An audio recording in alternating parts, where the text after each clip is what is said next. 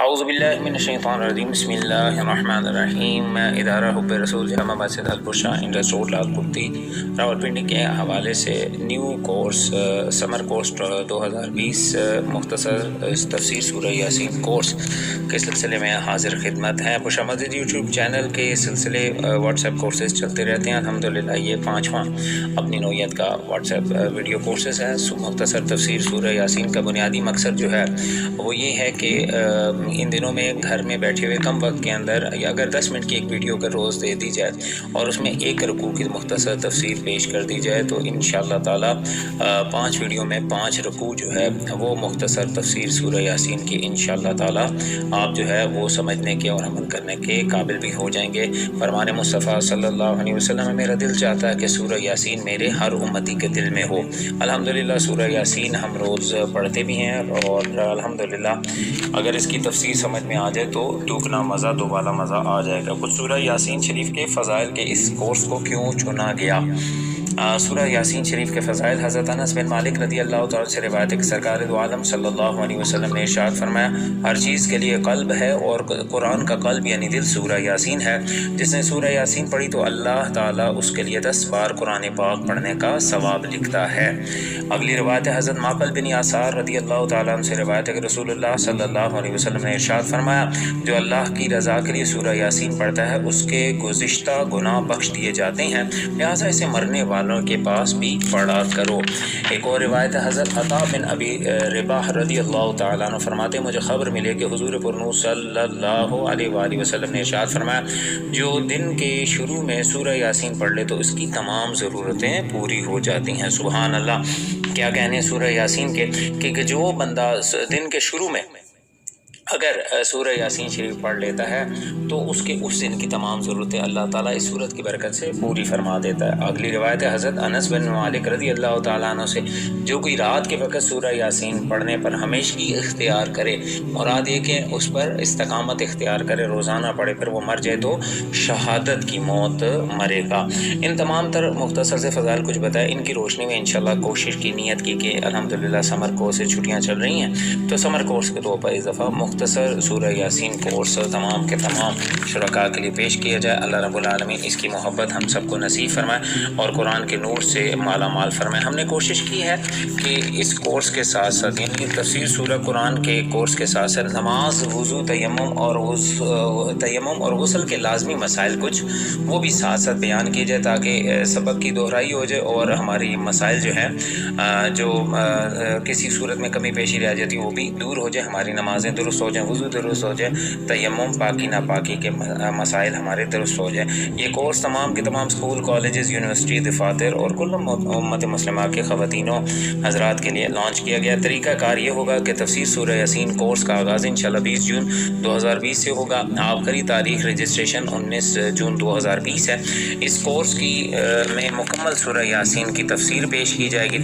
اس course کے ذریعے وضو، تیمم، غسل، نماز کے لازمی بنیادی مسائل کی اصلاح ہوگی۔ داخلہ رجسٹریشن کے لیے آپ ادارہ حب رسول کے واٹس ایپ رابطہ نمبر پر اپنا نمبر بھیجیں گے۔ گروپ ایڈ پہ ہونے پر کورس کے دوران یہ آغاز سے اختتام تھا ہر 2 دن بعد آپ کو ایک مختصر سی ویڈیو اور مشق سینڈ کی جائے گی۔ سادہ کاغذ پر آپ مشق حل کر کے تصویر بنا کر گروپ میں سینڈ کریں گے۔ ہر ویڈیو کی باقاعدہ مشق بھیجیں، چیک شدہ مشق انشاءاللہ آپ کو واپس مل جائے گی۔ اس کورس کی کل 5 ویڈیوز ہیں۔ مکمل مشقیں پر وقت حل کرنے پر آپ کو ادارہ حب رسول کی طرف سے خوبصورت اعزازی تکمیلی سرٹیفکیٹ سافٹ کاپی انشاءاللہ تعالی بھیج دی جائے گی۔ ہم یہاں پہ ساتھ ساتھ بتاتے چلیں ہمارا الحمدللہ یوٹیوب چینل ہے بشرا مسجد یوٹیوب چینل، وہ آپ نے ضرور جو ہے سبسکرائب کرنا ہے دینی معلوماتی اصلاحی ویڈیوز کے لیے ہمارا یہ چینل۔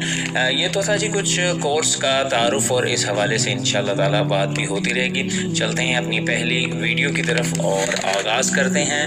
ہم سورہ یاسین کورس کا آغاز کرتے ہیں۔ اعوذ باللہ من الشیطان الرجیم بسم اللہ الرحمن الرحیم یاسین والقرآن الحکیم انک لمن المرسلین علی صراط مستقیم۔ ترجمہ یاسین، حکمت والے قرآن کی قسم، بے شک آپ رسولوں میں سے ہو، سیدھی راہ پر ہو۔ یاسین یہ حروف مقطعات میں سے ایک حرف ہے، اس کے مراد اللہ ہی بہتر جانتا ہے۔ نیز اس کے بارے میں مفسرین کا ایک قول بھی ہے کہ یہ سید المرسلین صلی اللہ تعالیٰ علیہ وآلہ وسلم کے اسماء مبارکہ میں سے ایک اسم ہے۔ علماء کرام نے لکھا کہ کسی کا یاسین اور طٰہٰ نام رکھنا منع ہے، کیونکہ بعض علماء کے نزدیک ممکن ہے یہ دونوں اللہ تعالیٰ کے ایسے نام ہوں جن کے معنی معلوم نہیں، کیونکہ حروف مقطعات جو ہیں اور یہ غیر خدا پر صادق بھی نہ آتے ہوں، لہٰذا علماء کرام نے یہ دو نام رکھنے سے منع کیا گیا۔ لہٰذا جن حضرات کا نام آلریڈی یاسین ہے وہ خود کو غلام یاسین لکھیں اور بتائیں، دوسروں کو چاہیے کہ انہیں بھی غلام یاسین کہہ کر پکاریں۔ تو لفظ یاسین کی تفسیر ہوگی جی مختصر سی، آگے چلتے ہیں۔ والقرآن الحکیم آیت نمبر 2 ہے، حکمت والے قرآن کی قسم۔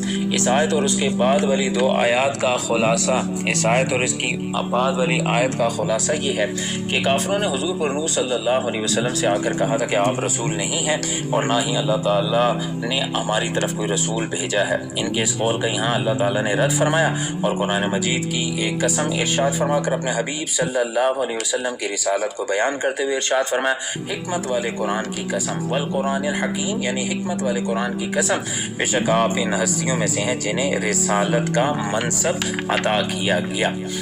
آگے چلتے ہیں، یہ کون سا؟ آپ صلی اللہ علیہ وسلم اعلیٰ صراط مستقیم فرمایا کہ بے شک آپ سیدھے راستے پر ہیں۔ یہ کون سا سیدھا راستہ ہے؟ ایسا راستہ جو منزل مقصود تک پہنچانے والا ہے، اور یہ راستہ توحید اور ہدایت کا راستہ ہے، اور تمام انبیاء کرام علیہ السلام اسی راستے پر چلے۔ ان 4 آیات سے 3 باتیں معلوم ہوئی۔ سورہ یاسین کی آیت نمبر 2 تا 4، ان آیات سے ہمیں 3 باتیں معلوم ہوئی۔ نمبر 1، اللہ تعالیٰ کی بارگاہ میں سید المرسلین صلی اللہ علیہ وآلہ وسلم کا مقام اتنا بلند ہے کہ کافروں کی طرف سے آپ صلی اللہ علیہ وسلم پر ہونے والے اعتراضات کا جواب اللہ تعالیٰ خود ارشاد فرماتا ہے۔ نمبر 2، اللہ کی بارگاہ میں حضور پر نور صلی اللہ علیہ وآلہ وسلم عظمت کے ایسے مقام پر فائز ہیں کہ اللہ تعالیٰ نے آپ کی رسالت پر اپنے مقدس کلام قرآن مجید کی قسم ارشاد فرمائی ہوئی، خصوصیت آپ صلی اللہ علیہ وسلم کے علاوہ کسی اور نبی کو حاصل نہ ہوئی۔ نمبر 3، حضور اقدس صلی اللہ علیہ وسلم کو سرداری کا وہ رتبہ عطا ہوا جو کسی دوسرے رسول اور نبی کو عطا نہیں ہوا۔ یہاں پر آ کے پہلی 4 آیات کی تفسیر مکمل ہوئی۔ اب ہم بڑھتے ہیں اور آیت نمبر ہم چلتے ہیں 5 کی طرف۔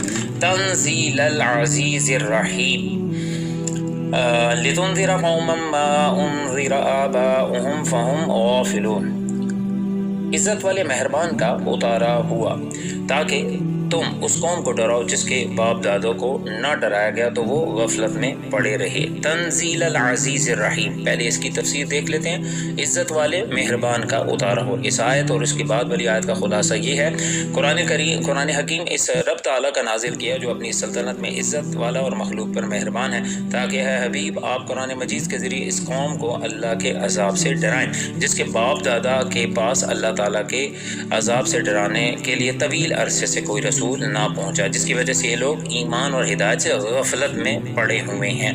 قوم قریش کا تو یہ حال تھا کہ ان میں نبی کریم صلی اللہ علیہ وآلہ وسلم سے پہلے کوئی تشریف رسول نہ لائے، اور عرب میں اسماعیل علیہ السلام کے بعد سے لے کر سرکار دو عالم صلی اللہ علیہ وآلہ وسلم تک ان کے پاس کوئی رسول تشریف نہیں لائے، جبکہ اہل کتاب کے بعد حضرت عیسیٰ علیہ السلام کے بعد سے لے کر حضور پر نور صلی اللہ علیہ وسلم تک کوئی رسول نہیں آیا۔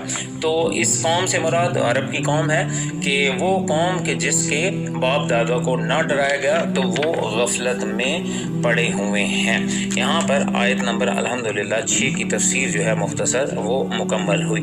آگے آیت نمبر 7 کی طرف چلتے ہیں۔ فرمایا کہ لَقَدْ حَقَّ الْقَوْلُ عَلَىٰ أَكْثَرِهِمْ فَهُمْ لَا يُؤْمِنُونَ، بے شک ان میں اکثر پر بات ثابت ہو چکی ہے تو وہ ایمان نہ لائیں گے۔ اس سے پہلی آیات میں حضور اقدس صلی اللہ علیہ وسلم کا رسول اور نذیر نذیر ہونا بیان کیا گیا، انہیں ڈرانے والا بیان کیا گیا۔ اور اس آیت میں اس بات کی طرف اشارہ کیا جا رہا ہے کہ سید المرسلین صلی اللہ علیہ وسلم کی ذمہ داری اللہ کے عذاب سے ڈرانا ہے، اور کسی کو ہدایت دے دینا آپ کی ذمہ داری نہیں ہے۔ یہ اس لیے فرمایا گیا تاکہ آپ صلی اللہ علیہ وسلم کفار کے ایمان نہ لانے پر افسردہ اور غمزدہ نہ ہوں۔ آیت کا خلاصہ تفسیر یہ ہے کہ کفار مکہ میں سے اکثر پر اللہ کا عذاب واجب ہو چکا، کیونکہ اللہ اپنے ازلی علم سے جانتا ہے کہ یہ لوگ اپنے اختیار سے کفر اور انکار پر اصرار کریں گے، یعنی اللہ کے حق کا، اللہ تعالیٰ کی طرف سے جو حق رسول لے کے آئیں گے ان کا انکار کریں گے، اور کفر کی حالت میں ہی انہیں موت آئے گی۔ اس لیے پیارے حبیب صلی اللہ علیہ وآلہ وسلم یہ لوگ آپ کے عذاب الہی سے ڈرانے کے باوجود ایمان نہیں لائیں گے۔ آگے چلتے ہیں آیت نمبر 8، اِنَّا جَعَلْنَا فِي أَعْنَاقِهِمْ أَغْلَالًا فَهِيَ إِلَى الْأَذْقَانِ فَهُمْ مُقْمَحُونَ، ہم نے ان کی گردنوں میں طوق ڈال دیے ہیں تو وہ ٹھوڈیوں تک ہیں، تو وہ اوپر کو منہ اٹھائے ہوئے ہیں۔ بعد مفسرین کے نزدیک اس آیت میں ان کافروں کے کفر میں پختہ ہونے اور واض و نصیحت سے فائدہ نہ اٹھانے کی ایک مثال بیان فرمائی گئی ہے، جیسے وہ لوگ جن کی گردنوں میں توق پڑا ہو جو کہ ٹھوڈی تک پہنچتا، پرانے زمانے میں قیدیوں کی گردنوں میں ڈالا جاتا تھا، جس کی وجہ سے وہ سر جھکا نہیں سکتے تھے، اکڑائے رکھتے تھے۔ اسی طرح یہ لوگ کفر میں ایسے راسخ ہو چکے ہیں کہ کسی طرح حق کی طرف دیکھتے ہی نہیں اور اللہ کی بارگاہ میں سر جھکاتے ہی نہیں۔ اس آیت کا شان نزول سنیے۔ یہ آیت ابو جہل اور اس کے دو مخزومی دوستوں کے بارے میں نازل ہوئی۔ قبیلہ بنی مخزوم تھا تو وہ مخزومی کہلاتے ہیں۔ ابو جہل ہے اور دو مخزومی دوست۔ واقعہ کیا ہے؟ واقعہ کچھ یوں ہو کہ ابو جہل نے قسم کھائی تھی اگر وہ سرکار دو عالم صلی اللہ علیہ وسلم کو نماز پڑھتے دیکھے گا تو معاذ اللہ پتھر سے سر کچل ڈالے گا۔ جب اس نے حضور پرنور صلی اللہ علیہ وسلم کو نماز پڑھتے دیکھا تو وہ اسی فاسد ارادے سے ایک بھاری پتھر لے کر آیا، اور جب اس نے پتھر کو اٹھایا تو اس کے ہاتھ گردن میں چپک کر رہ گئے اور پتھر ہاتھ کو لپٹ گیا۔ یہ حال دیکھ کر وہ اپنے دوستوں کے طرف واپس لوٹا اور ان سے واقعہ بیان کیا، تو اس کے دوست ولید بن مغیرہ نے کہا میں یہ جا کے کام کرتا ہوں اور معاذ اللہ ان کا سر کچل کر لاؤں گا۔ چنانچہ وہ پتھر لے کر آیا اور حضور اکرم صلی اللہ علیہ وسلم ابھی نماز ہی پڑھ رہے تھے۔ جب وہ قریب پہنچا تو اللہ نے اس کی بینائی سلب کر لی، یعنی اس نے آنکھوں نے دیکھنا بند کر دیا۔ حضور اقدس صلی اللہ علیہ وسلم کی آواز تو سنتا تھا لیکن آنکھوں سے نہیں دیکھ سکتا تھا۔ یہ بھی پریشان ہو کر اپنے یاروں کی طرف لوٹا اور وہ بھی اسے نظر نہ آئے، تو انہوں نے ہی اسے پکارا اور اس سے کہا تو نے کیا کیا؟ وہ کہنے لگا میں نے ان کی آواز تو سنی تھی مگر وہ نظر ہی نہ آئے۔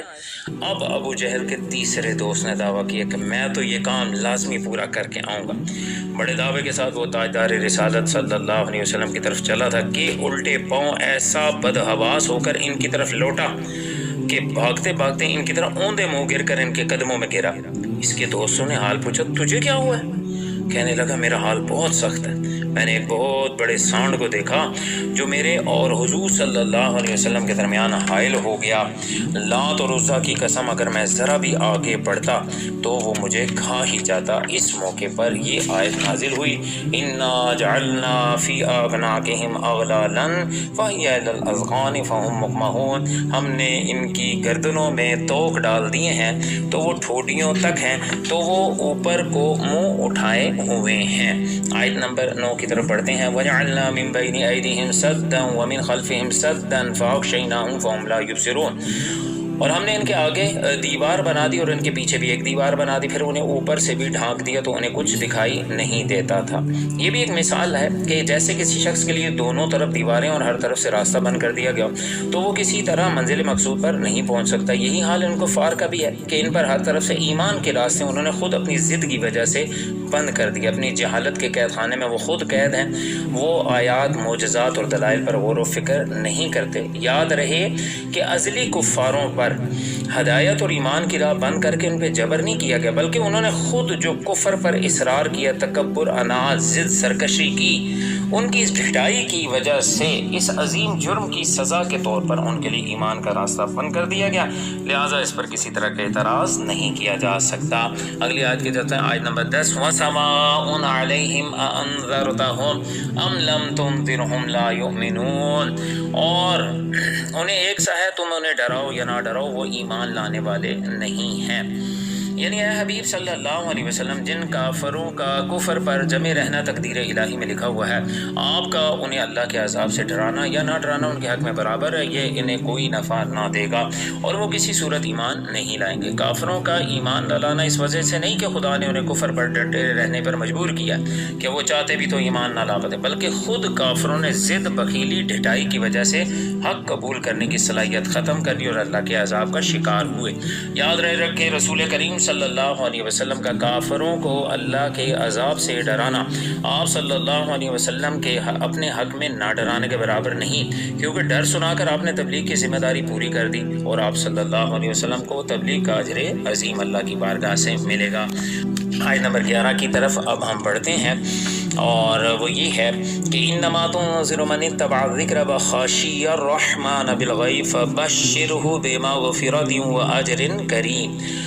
تو تم تو صرف اسے ڈراتے ہو جو نصیحت کی پیروی کرے اور رحمان سے بغیر دیکھے ڈرے، تو اسے بخشش اور عزت کے ثواب کی بشارت بھی دے دو۔ یعنی اے حبیب صلی اللہ علیہ وآلہ وسلم، آپ کے ڈر سنانے اور خوف دلانے سے وہی نفع پائے گا جو قرآن مجید کی پیروی کرے اور اس میں دیے گئے احکامات پر عمل کرے اور اللہ کے غیبی عذاب سے پوشیدہ اور علانیہ ہر حال میں ڈرے، جس کا حال یہ ہوگا تو آپ اسے گناہوں کی بخشش اور عزت کے ثواب اور جنت کی بشارت دے دیں۔ اللہ سے بن دیکھے ڈرنا، وخشی الرحمن بالغیب، ان کے لیے کیا ہے؟ فبشرہ، بشارت ہے اور مغفرت بھی ہے اور اجر کریم بھی ہے۔ لہٰذا انسان کو چاہیے، ایمان والوں کو چاہیے بالخصوص، کہ وہ اللہ کی ذات کا ڈر جو ہے اپنے من میں رکھیں اور وہ یہ احساس رکھیں کہ ہر وقت میرا رب جو ہے مجھے دیکھ رہا ہے اور میرا رب جو مجھ سے 70 ماہوں سے بلا تشبیہ و تمثیل زیادہ پیار کرتا ہے، میں ہر وقت اس کی نگاہ میں، اور رب سے حیا کرنا یہ ایک بہت بڑا جوہر ہے، ایمان کا حسن ہے۔ آخری آیت کی طرف اس ویڈیو کی بڑھتے ہیں۔ انا نحن نحیی الموتى ونکتب ما قدموا وآثارهم وکل شیء احصیناہ فی امام مبین۔ بے شک ہم مردوں کو زندہ کریں گے اور ہم لکھ رہے ہیں جو عمل انہوں نے آگے بھیجا اور ان کے پیچھے چھوڑے ہوئے نشانات کو ایک اور ظاہر کر دے مالی کتاب میں ہم نے ہر چیز شمار کر رکھی ہے۔ اس سے پہلے آیت میں دین کے ایک بنیادی اصول یعنی رسالت کا ذکر ہوا، اور اب یہاں سے آگے ایک اور بنیادی اصول یعنی قیامت کا ذکر کیا جا رہا ہے۔ چنانچہ اس آیت کا خلاصہ تو یہ ہے کہ بے شک قیامت کے دن ہم اپنی کامل قدرت سے مردوں کو زندہ کریں گے، نیز دنیا کی زندگی میں انہوں نے جو نیک اور برے اعمال کیے وہ ہم لکھ رہے ہیں تاکہ ان کے مطابق انہیں جزا دی جائے، اور ہم ان کی وہ نشانیاں، وہ طریقے بھی لکھ رہے ہیں جو اپنے بعد چھوڑ گئے، خواہ وہ طریقے نیک ہوں یا برے، سب ایک ظاہر کرنے والی کتاب میں محفوظ اور ہم نے شمار کر کے رکھے ہیں۔ اس آیت کی تفسیر میں بیان ہوا کہ لوگ جو طریقے اپنے پیچھے چھوڑ کر گئے وہ لکھے جا رہے ہیں۔ یہ طریقے اچھے بھی ہو سکتے ہیں اور برے بھی ہو سکتے ہیں، دونوں کا حکم جدا جدا ہے، لیکن لہٰذا جو لوگ نیک طریقے نکالتے ہیں ان کو بدعت حسنہ یعنی اچھی بدعت کہتے ہیں، اور اس طریقے کو نکالنے والے اور اس پر عمل کرنے والے دونوں کو ثواب ملتا ہے۔ جو برے طریقے نکالتے ہیں ان کو بدعت سیئہ کہتے ہیں یعنی بری بدعت کہتے ہیں۔ اس طریقے کو نکالنے والے اور عمل کرنے والے دونوں گناہگار ہوتے ہیں۔ چنانچہ مسلم شریف کی حدیث میں حضور سید المرسلین صلی اللہ تعالی علیہ وآلہ وسلم نے ارشاد فرمایا، جس شخص نے اسلام میں نیک طریقہ نکالا اس کو طریقہ نکالنے کا بھی ثواب ملے گا اور اس پر عمل کرنے والوں کا بھی ثواب ملے گا، اور عمل کرنے والوں کے اپنے ثواب میں کچھ کمی نہ کی جائے گی۔ اور جس نے اسلام میں برا طریقہ نکالا تو اس پر وہ طریقہ نکالنے کا بھی گناہ ہوگا اور اس طریقے پر عمل کرنے والوں کا بھی گناہ ہوگا، اور ان پر عمل کرنے والوں کے اپنے گناہ میں بھی کچھ کمی نہ ہوگی۔ اس کی ہم آپ کو 5 مثالیں دے کر اختتام ویڈیو کرتے ہیں۔ مثلا وہ لوگ جو اچھے اعمال کرتے ہیں یا اچھے اعمال انہوں نے کیے، ان کے بعد ایسا جو لوگ اس پر عمل کرتے رہے انہیں ثواب ملتا ہے۔ کیسے؟ 5 مثالیں۔ مثلا کوئی شخص دین کا علم پڑھتا ہے اور پڑھاتا ہے، پھر اس کے شاگرد اپنے استاد کی وفات کے بعد بھی اس علم کی اشاعت کرتے رہتے ہیں، پہلی مثال۔ کوئی شخص دینی مدرسہ بنا دیتا ہے جس میں طلبہ علم دین پڑھتے رہتے ہیں، اس کے مرنے کے بعد بھی اسے ثواب ملے گا۔ کوئی دینی موضوع پر کتاب تصنیف کرتا ہے، قیامت تک وہ کتاب پڑھی رہتی ہے، جتنے لوگ پڑھیں گے کتاب اس کے مرنے کے بعد اسے ثواب ملے گا۔ کوئی شخص مسجد بناتا ہے، لوگ نماز پڑھتے رہتے ہیں، یہ مر گیا لیکن اس کے بعد مسجد تو ہمیشہ رہی، اسے قبر میں ثواب ملے گا۔ کیوں؟ ایک نیک کام کر کے چلا گیا۔ کسی شخص نے کنواں کھدوایا یا بورنگ کروا کر لوگوں کے لیے پانی کا انتظام کروا دیتا ہے، لوگ اس کے مرنے کے بعد بھی پانی حاصل کرتے ہیں، تو اس نیک عمل کا ثواب اسے قبر میں بھی ملتا رہے گا۔ اب سوال یہ ہے کہ برے اعمال سر کون سے ہیں کہ جن کی مرنے کے بعد بندے کو گناہ ملتا رہتا ہے؟ مثال کے طور پر نمبر 1، کوئی شخص فلم اسٹوڈیو، سینما گھر، ویڈیو شاپ یا میوزک ہاؤس بنا دیتا ہے، جس میں اس کے مرنے کے بعد بھی فلمیں، ڈرامے، گانے بجانے وغیرہ تیار ہوتے رہتے ہیں، چلتے رہتے ہیں، تو ظاہر سی بات ہے گناہ کا کام اس نے بنیاد رکھی، مرنے کے بعد بھی اسے اس کا وبال ملے گا۔